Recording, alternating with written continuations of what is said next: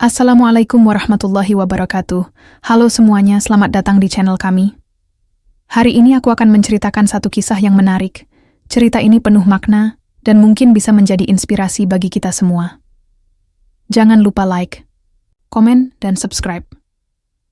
Siapkan hati, nyalakan imajinasi.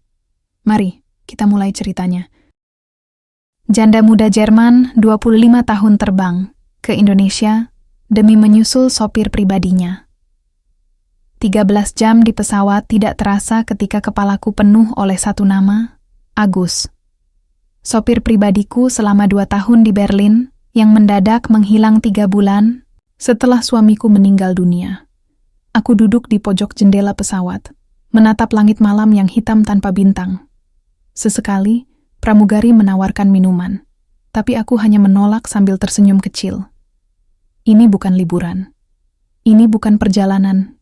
Bisnis. Aku meninggalkan rumah, meninggalkan segalanya, demi satu tujuan. Mencari Agus. Aku tahu ini kedengaran bodoh. Tapi sejak kepergiannya, aku tidak bisa berhenti memikirkan banyak hal. Mengapa dia tidak pamit? Mengapa pergi begitu saja, padahal kami cukup dekat? Setelah pemakaman, Agus hanya bilang, dia akan pulang ke Indonesia sebentar.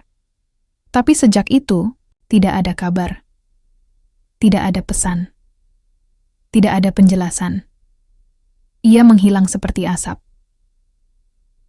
Hari ini aku mengabaikan saran keluargaku, mengabaikan cemoohan teman-teman suamiku, dan menolak tawaran kerja dari perusahaan mertua. Aku memilih pergi ke tempat di mana aku bahkan tidak tahu harus mulai dari mana. Pesawat mendarat di Jakarta pagi hari. Udara panas langsung menyambut begitu aku keluar dari bandara. Keringat mengalir di leherku, dan untuk pertama kalinya aku merasa benar-benar sendirian. Tidak ada Agus yang menjemput. Tidak ada yang menawariku payung seperti dulu saat hujan tiba-tiba turun di Berlin. Aku naik taksi ke terminal bus. Dari catatan lama yang kutemukan di laci mobil Agus, aku tahu dia berasal dari sebuah desa kecil di Sumatera. Nama desanya kutulis di secarik kertas yang kini kusimpan di saku celana. Sopir taksi mengerutkan kening saat membacanya. "Jauh, Bu," katanya. "Naik bus, bisa belasan jam." Aku hanya mengangguk. Tidak masalah. Aku sudah duduk terlalu lama di kursi belakang, diam menunggu penjelasan. Kali ini, aku akan berjalan, mencarinya sendiri. Perjalanan ke desa terasa seperti menembus masa lalu. Jalan berlubang, hutan-hutan yang terbuka lebar, rumah-rumah kayu berdiri tanpa pagar. Aku melihat anak-anak berlarian tanpa alas kaki, dan para ibu yang menjemur pakaian di pagar bambu. Semuanya asing, tapi entah kenapa, hatiku tidak gelisah. Bus berhenti di sebuah pertigaan. Sopir menunjuk jalan kecil menurun, katanya itu menuju desa tempat Agus tinggal. Aku berjalan kaki, menarik koper kecilku. Di sisi kiri jalan, kulihat sebuah warung makan sederhana, terbuat dari kayu, beratap seng. Ada papan kecil tergantung, di depannya, warung makan Ibu Ros. Seorang pria berdiri di depan warung. Tubuhnya tegap, kulitnya legam, dan matanya menatapku lekat-lekat. Aku berhenti. Nafasku tertahan. Dia juga tidak bergerak. "Agus," kataku pelan. Dia masih diam. Matanya tidak percaya. Aku mendekat beberapa langkah, dan akhirnya dia bersuara. "Bu Sonia," aku mengangguk. "Aku datang untuk mencari kamu." Dia langsung menunduk. Tangannya mengepal, dan wajahnya tampak tegang. Kenapa Ibu ke sini?" tanyanya, nyaris berbisik. Aku menatapnya. "Karena kamu pergi tanpa menjelaskan apapun, karena aku butuh tahu kenapa." Agus mengalihkan pandangannya. "Tempat Ibu bukan di sini." "Biar aku yang tentukan itu," jawabku cepat. "Kalau kamu mau aku pergi, katakan saja. Tapi jangan diam dan hilang seperti kemarin." Dia terdiam lama. Lalu akhirnya dia membuka pintu warung dan masuk ke dalam. Aku berdiri di luar. Tak tahu harus ikut atau tidak. Tapi satu hal jelas, perjalanan ini baru dimulai. Dan aku tidak akan pulang sampai mendapat jawabannya. Aku pikir aku sudah selesai dengan masa lalu. Kupikir saat aku pulang ke kampung ini, membuka warung kecil bersama ibu, hidup akan tenang. Tidak perlu lagi mengenang hal-hal yang tidak mungkin kumiliki. Tapi pagi ini, semuanya kembali. Sonia berdiri di depan warung. Kulitnya memerah karena matahari, matanya tajam dan penuh tanya. Aku sempat berpikir itu hanya mimpi. Tapi suara dan cara dia menyebut namaku terlalu nyata. Sudah 3 bulan aku di sini. Warung makan ini dulunya hanya dapur kecil, Ibu.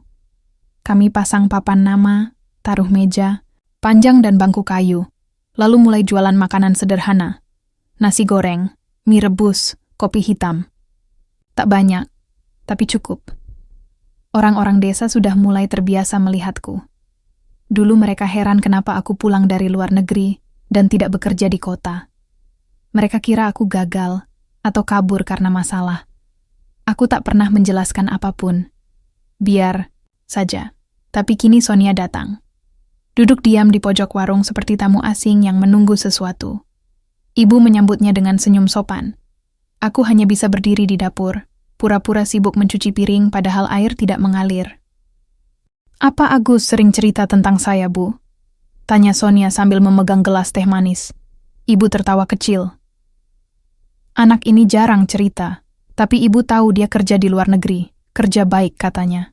Gaji cukup. Tapi ya, anak kampung tetap anak kampung. Pulangnya ke sini juga."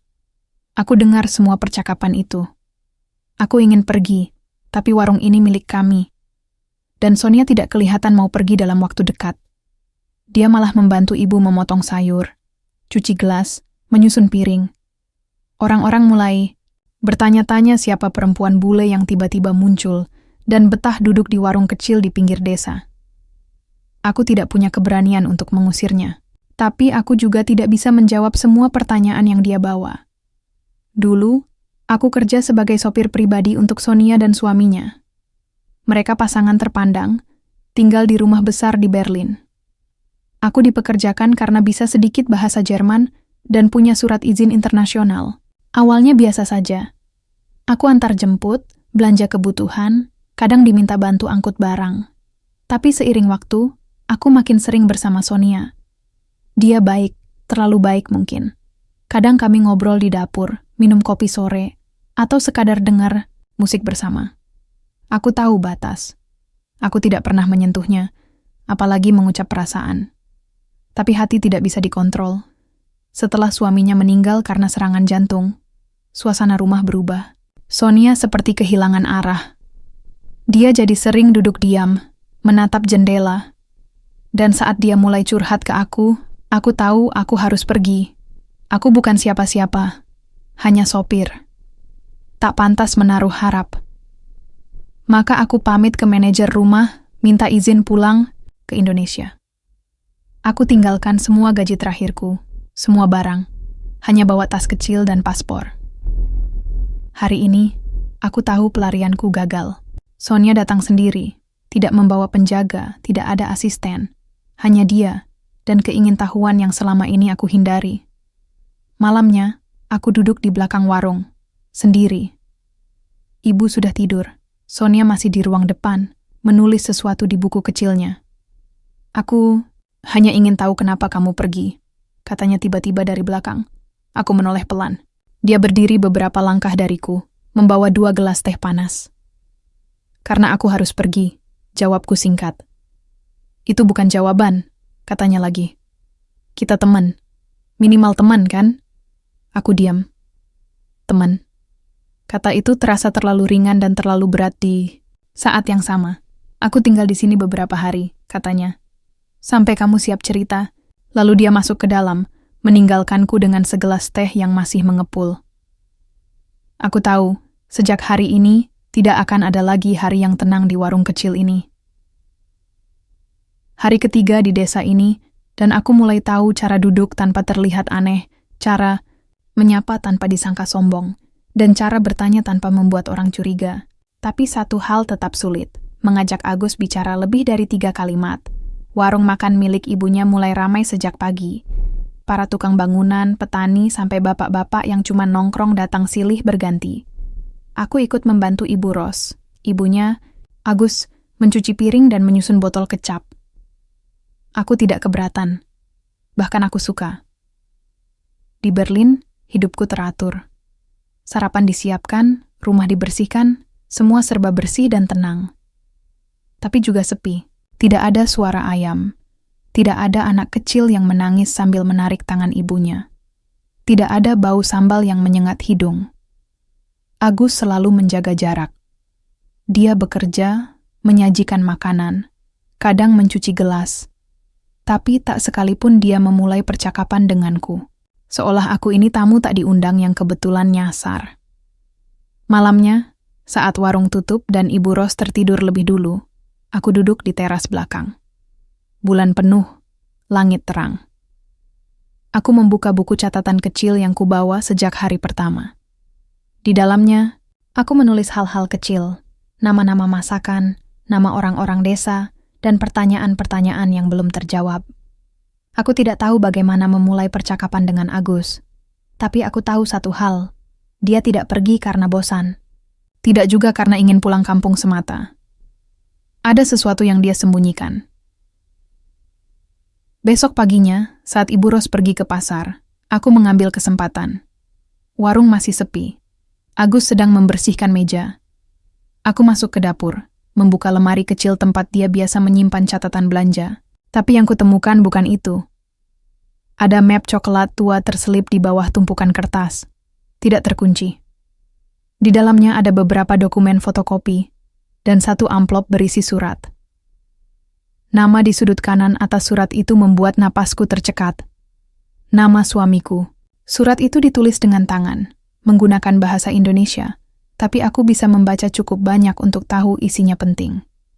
Sebelum aku sempat membaca lebih jauh, suara langkah Agus terdengar di belakangku. "Apa yang kamu lakukan?" Aku menoleh. Dia berdiri dengan tatapan kosong. Tidak marah, tapi jelas tidak senang. Aku menemukan surat ini. "Dari suamiku," kataku pelan. Dia mengambil surat itu dari tanganku, memasukkannya kembali ke dalam map, lalu menutupnya tanpa bicara. "Itu bukan untukmu," katanya singkat. "Tapi aku punya hak untuk tahu. Ini tentang kamu dan dia, bukan?" Agus tidak menjawab. Dia duduk di kursi kecil dekat pintu, menunduk. Lama sekali. Aku mendekat, tapi dia mengangkat tangan, menolak. "Sonia, tolong. Jangan buka-buka masa lalu yang tidak perlu." Aku ingin berteriak, tapi aku tahan. Aku tahu cara menghadapi orang seperti Agus bukan dengan emosi. Maka aku hanya berkata, "Aku tidak datang sejauh ini hanya untuk jadi pembantu warung. Aku ingin tahu. Semua. Kalau kamu tidak mau cerita sekarang, baik. Tapi aku tetap di sini sampai kamu siap." Dia menatapku. Lama. Matanya penuh kelelahan.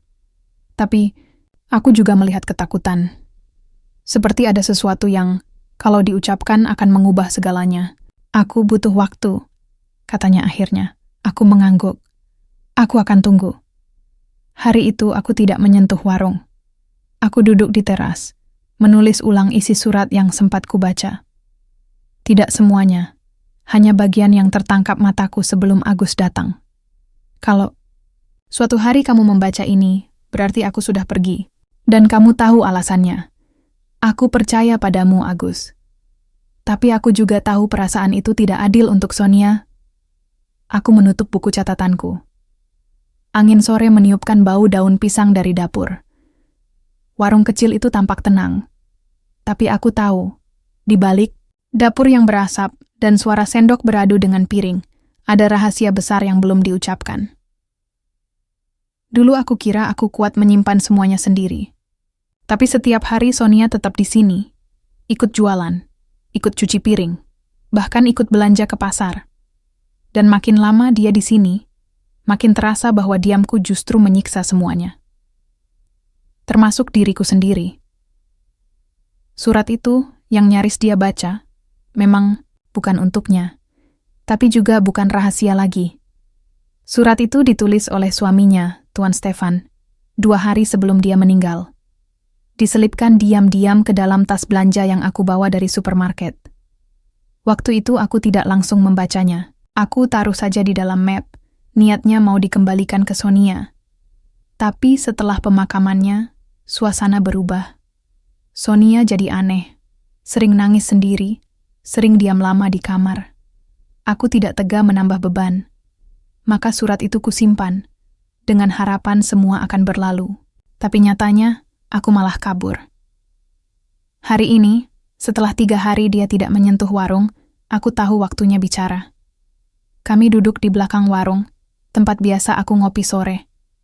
Sonia datang tanpa banyak kata. Duduk, membuka botol air, lalu menunggu. Aku akan cerita, kataku, pelan. Tapi jangan potong sampai selesai. Dia mengangguk, serius. Aku mulai kerja di rumahmu 2 tahun sebelum Tuan Stefan meninggal. Awalnya cuman sopir biasa. Tapi lama-lama, aku tahu banyak hal. Tentang kehidupan kalian. Tentang betapa sendirinya kau di rumah sebesar itu. Sonia tidak menunduk. Tidak tersinggung. Mungkin karena dia tahu itu benar. Stefan bukan suami yang jahat. Tapi dia juga bukan laki-laki yang hadir. Terlalu sibuk. Terlalu dingin. Dan kau, Sonia, terlalu sabar. Aku menarik napas panjang. Ini bagian yang paling sulit. Suatu hari, Tuan, Stefan tahu tentang kedekatan kita. Bukan hubungan. Tidak ada yang melanggar batas. Tapi dia tahu kita bicara lebih sering dari seharusnya. Tertawa lebih bebas.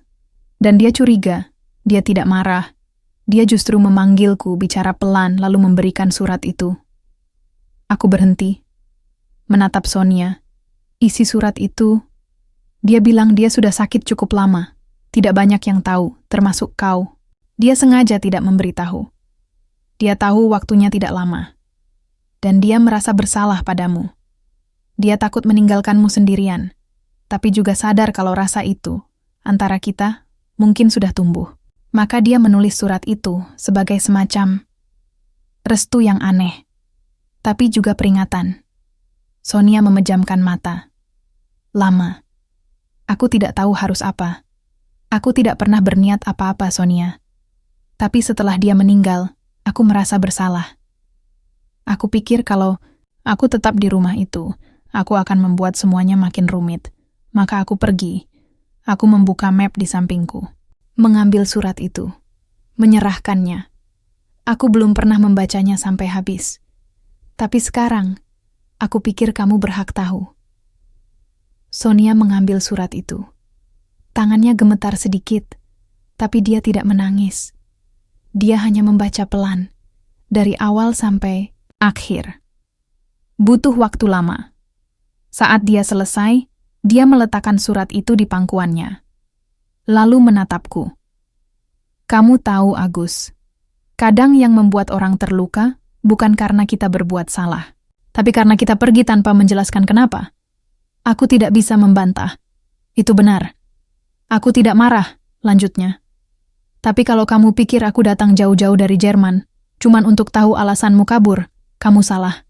Aku mengerutkan dahi. Maksudmu? Aku datang. Karena aku tidak tahu harus kemana lagi.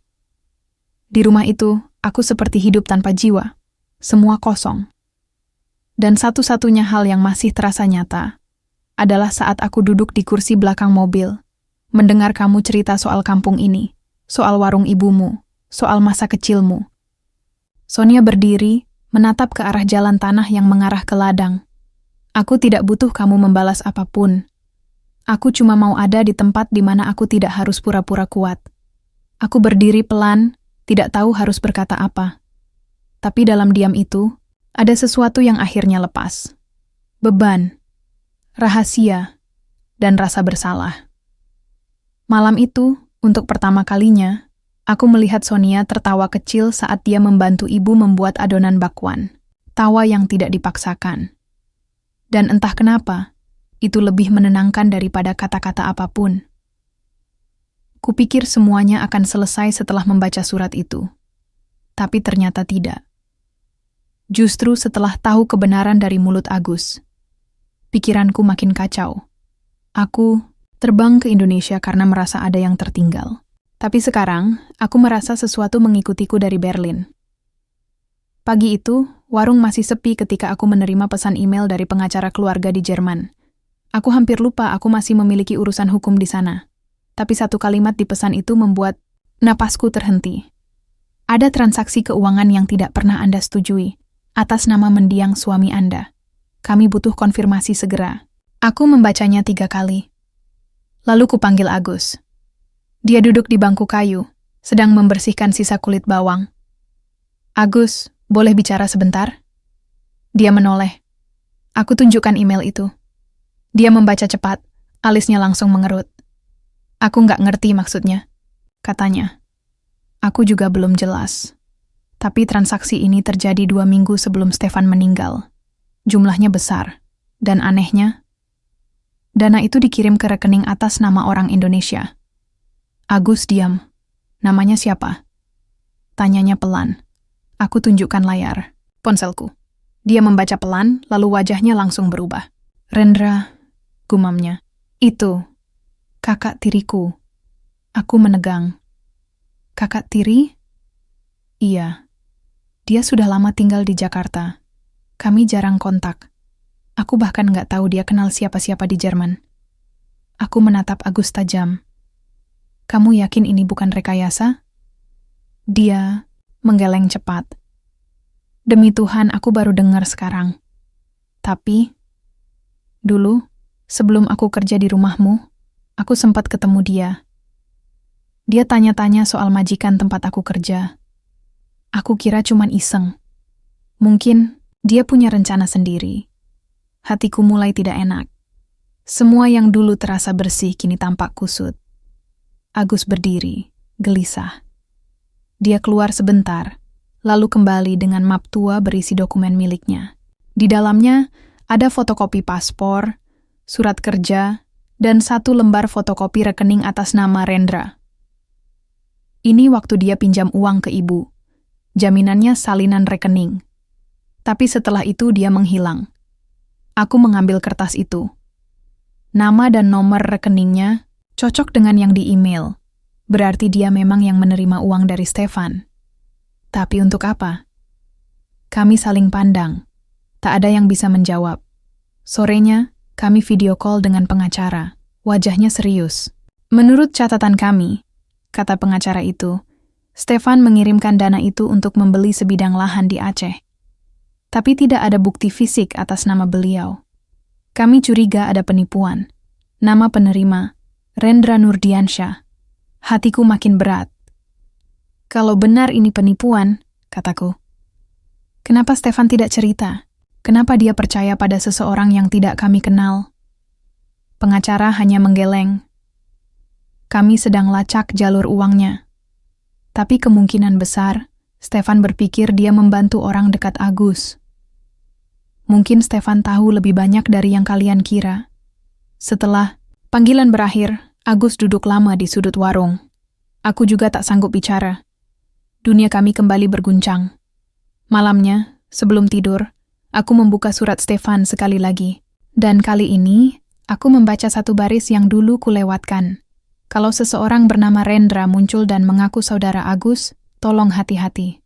Aku tidak percaya padanya, tapi aku juga tidak sempat menyelidikinya lebih jauh. Tanganku gemetar. Surat, itu bukan hanya tentang restu, tapi juga peringatan. Aku keluar kamar, mencari Agus. Dia sedang duduk di beranda, menatap gelap. Stefan tahu soal Rendra, kataku. Dan dia curiga, tapi dia nggak sempat bertindak. Agus menoleh cepat. Kamu yakin? Aku mengangguk. Kita harus cari dia, Agus. Aku tidak peduli soal uangnya. Tapi aku tidak bisa diam kalau nama suamiku dimanfaatkan. Agus tidak menjawab. Tapi aku bisa lihat di matanya. Dia juga tidak akan tinggal. Diam. Malam itu, untuk pertama kalinya sejak aku datang, kami duduk berdua cukup lama. Tak banyak bicara. Tapi kami tahu, mulai besok, semuanya akan berubah. Kami tidak hanya menjaga warung makan. Kami akan mulai mencari jejak yang tertinggal. Jejak dari masa lalu yang ternyata belum selesai.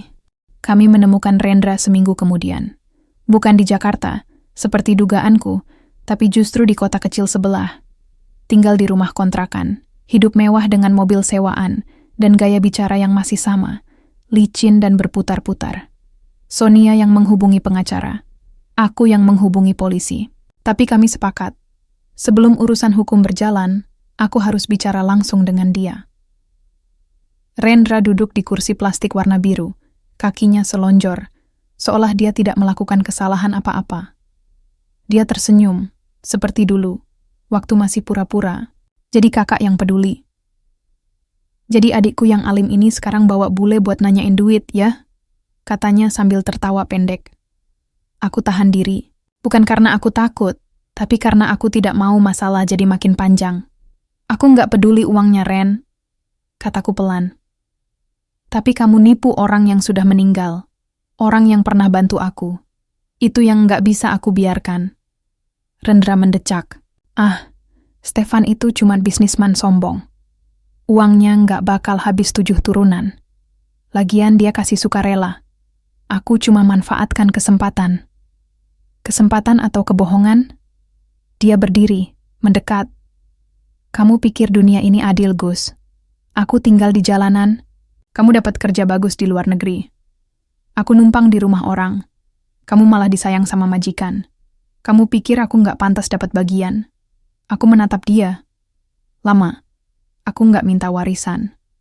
Aku kerja. Dari bawah. Stefan tahu aku jujur, makanya dia percaya.